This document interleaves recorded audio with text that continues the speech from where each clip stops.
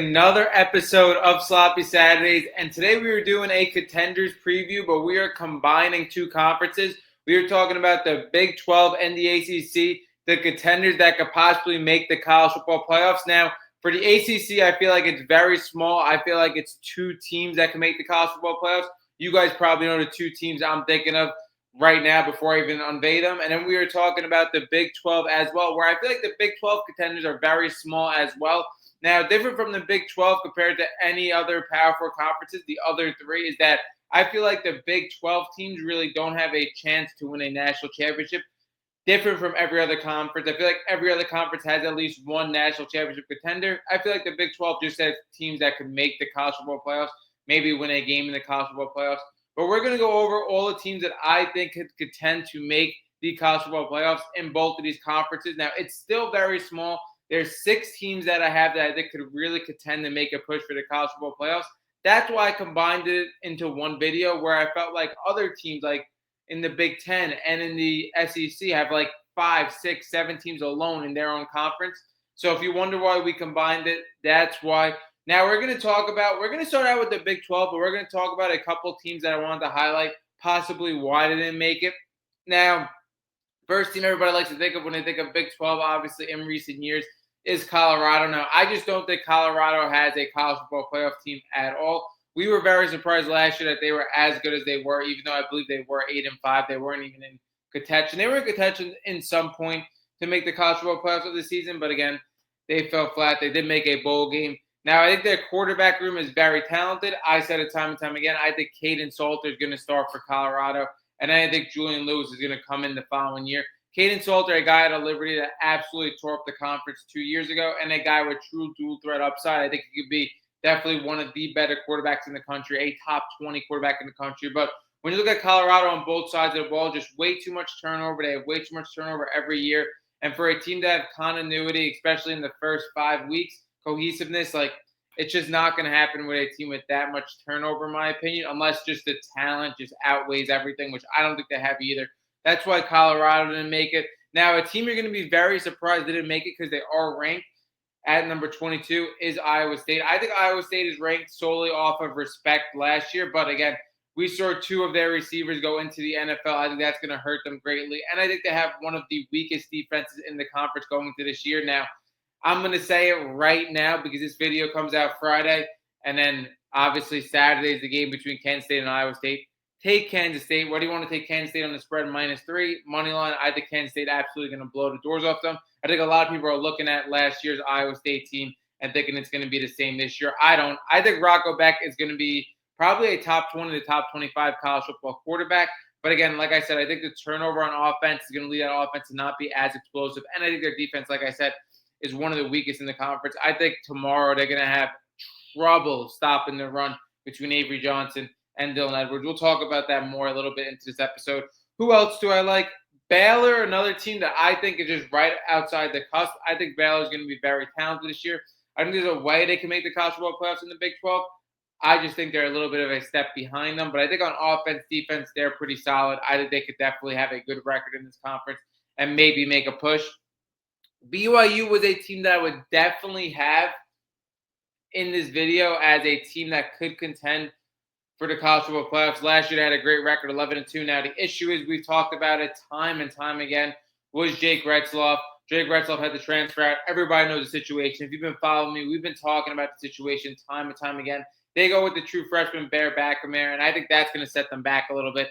Now, if they had Jake Retzloff again, I would have this team in the top tier to contend, but they don't. I think the true freshman, Bear Backamere, again, he could surprise some people. You never know with true freshman. But again, not a highly touted true freshman. A guy that just might have the highest upside in the room. But I think there's definitely going to be some struggles for Bear Backamere. So that's why I don't have a thumb in it. Kansas, I really like with Jalen Daniels. I think it's going to be a redemption year. They play week 0 as well. But again, after seeing what I saw out of Jalen Daniels last year, I just can't put them in that tier. I believe that's it. I think I talked about everybody I wanted to talk about outside of the cup in the Big 12. Now we're going to get into the teams in the Big 12 that I think could possibly contend. Now, all the way in the back, we were talking about the Utah Utes. Now, I like the Utah Utes. I think they did everything they possibly could to contend in the Big 12 this year. Now, they have had a tough hand dealt the last couple of years. Obviously, Cam Rising has gone over injuries. You're talking about one of the most injury-prone players, a guy that really had NFL hopes, but it's sad what happened to him. Now, I think Utah really was one of those teams that had a great transfer portal. I think Devin Dampier is going to bring something so different to this offense.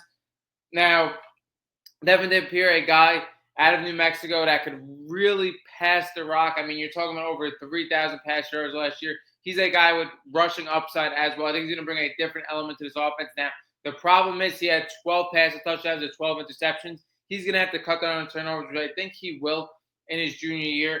But again, a guy that could really have the arm strength and the passing ability to pass all over the field with rushing upside. I absolutely love it.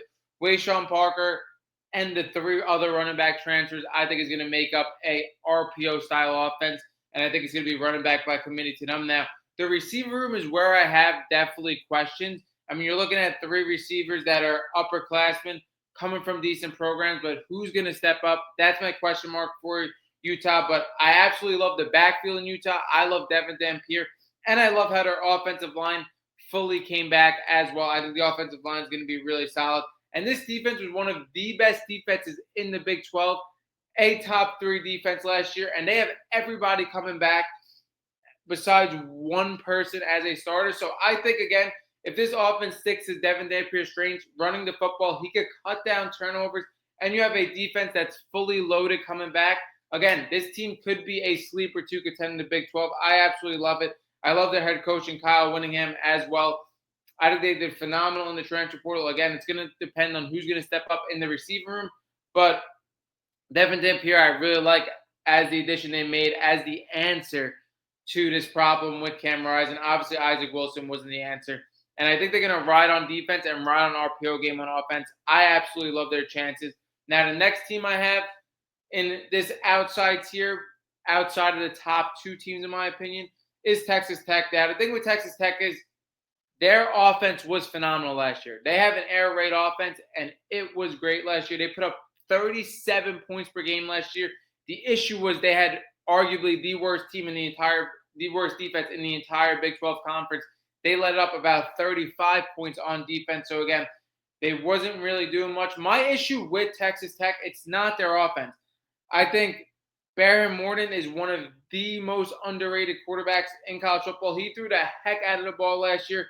You're looking at over 3,000 passing yards, 27 touchdowns, 6 interceptions. He was a great quarterback, and I think their receiving room has a ton of potential as well. When you look at college football experience in this receiving room, you're looking at 2 guys with over 800 yards, 8 touchdowns. Then you're looking at Coy Eakin in the slot that I think brings a different element to this offense. He had 600 yards and 7 touchdowns. Like, I think this receiving room with Barron Morton, I think they're going to throw the heck out of the ball in this air raid offense, and I think they're going to put up just as many points as they did last year. The issue is the defense. You see transfers all over this defense. The problem is in this Big 12 conference, like I said, you want cohesive units. You want units with chemistry, and half of their defense starting coming out of the transfer portal, even though I do like the talent they brought, can they get this defense ready and together by the first 5 weeks? That's going to be the question for me. But like I said, this offense is going to be phenomenal. I expect them to throw the heck out of the ball. I expect them to throw probably more than any other team in the country. I think the offense is going to be really good, and I think the defense is going to be better. That's why I have them as a chance to make the college football playoffs. But again, they're on the outside of these top 2 elite teams. But like I said, an offense that was as explosive as it was last year, with their quarterback returning, with 2 receivers returning, and another receiver in Reggie Virgil coming in. I like it for Texas Tech. I think they definitely have a chance now. A team that I am super high on, we already talked about week 0 tomorrow. I think they are going to absolutely dominate. I said it again, Kansas State money line tomorrow. But we have the Kansas State Wildcats.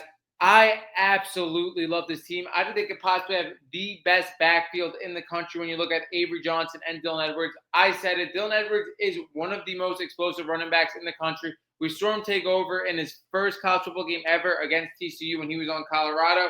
And then we saw him last year in spurts as well in special teams as a receiving back. He's one of the most explosive backs in the country. He was behind DJ Giddens last year, who is now on the Colts. So now I think he's going to have even more of an opportunity to shine. The receiver room, they bring in 2 transfers, but I think it's really going to rely on Jace Brown. I think Jace Brown is the most explosive receiver in this offense. You're looking at a guy that has chemistry with Avery Johnson, over 800 yards last year. So I like their receiver room. I think their receiver room has enough talent. But again, I think with how much of a physical talent Avery Johnson is and how much he could provide in the run game, it's going to be a lot of RPO between him and Dylan Edwards and possibly Joe Jackson as well in the running back room. I think the offensive line is going to be really good as well. Bringing back 3 upperclassmen, and then you bring in 3 transfers as well, and 2 transfers as well, and JB Nelson and Terrace Enos Jr. So I think the offensive line is going to be really good. I think this team, defensive-wise, brought everybody back besides 1 transfer as a starter, and they were a top-half defense. I expect them to only get better. But, again, this team is really going to go as far as Avery Johnson takes them. Avery Johnson is one of the most talented quarterbacks in college football. I expect a huge year after a really good year last year, but some inconsistencies from week to week. I think he's one of the most talented quarterbacks in college football. I think he can make every throw on the field with his arm. And I think as a runner, he's probably one of the best runners in college football. And then combine that with Dylan Edwards and a defense that's all the way back and should be even better. I love Kansas State, but I think the number 1 team in this Big 12 conference and the team that's getting into the college football playoffs that I absolutely love is Arizona State. I said it time and time again.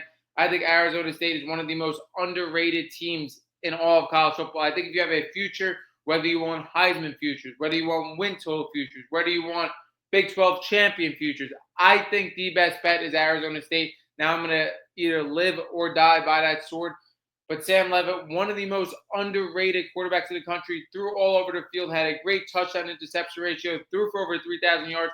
And this was when Cam Scadaboo was one of the best running backs in the country. So I expect him to take off even more this year, be in Heisman contention possibly. Jordan Tyson is a top 5 receiver as well.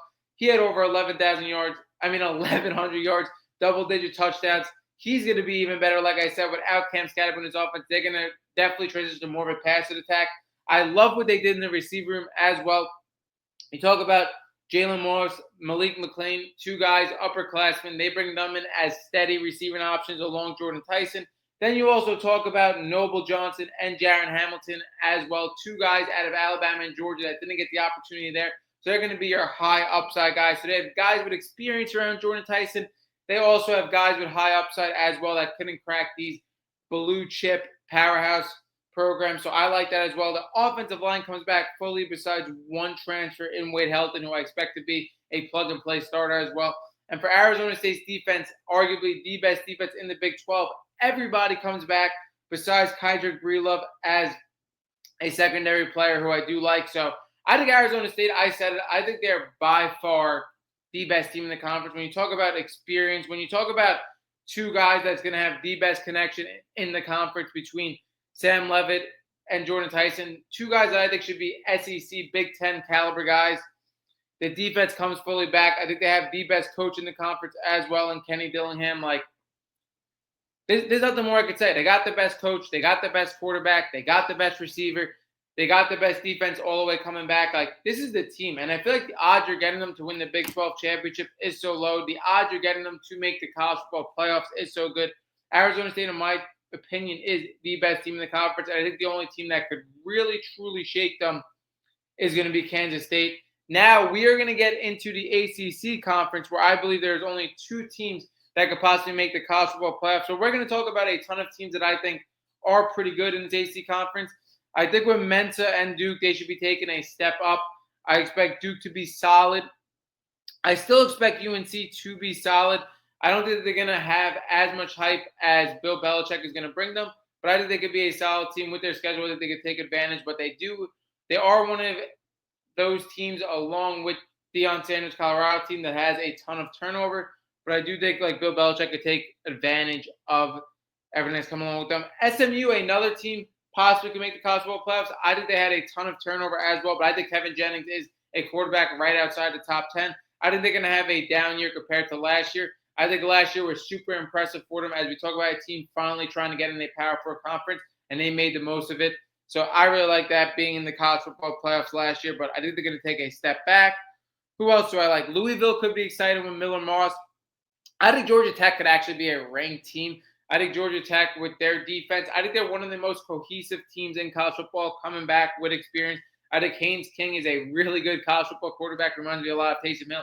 And I think Jamal Haynes is one of the best running backs in the country. Like, I like their RPO game. I like the experience of that team. In my opinion, they would probably be the third team in the ACC that I really like. And Pittsburgh as well. I told you time and time again, I like Eli Holstein. He could take a true step up. You're talking about an Alabama commit that was really good last year. They could be in contention for that third team as well in this conference.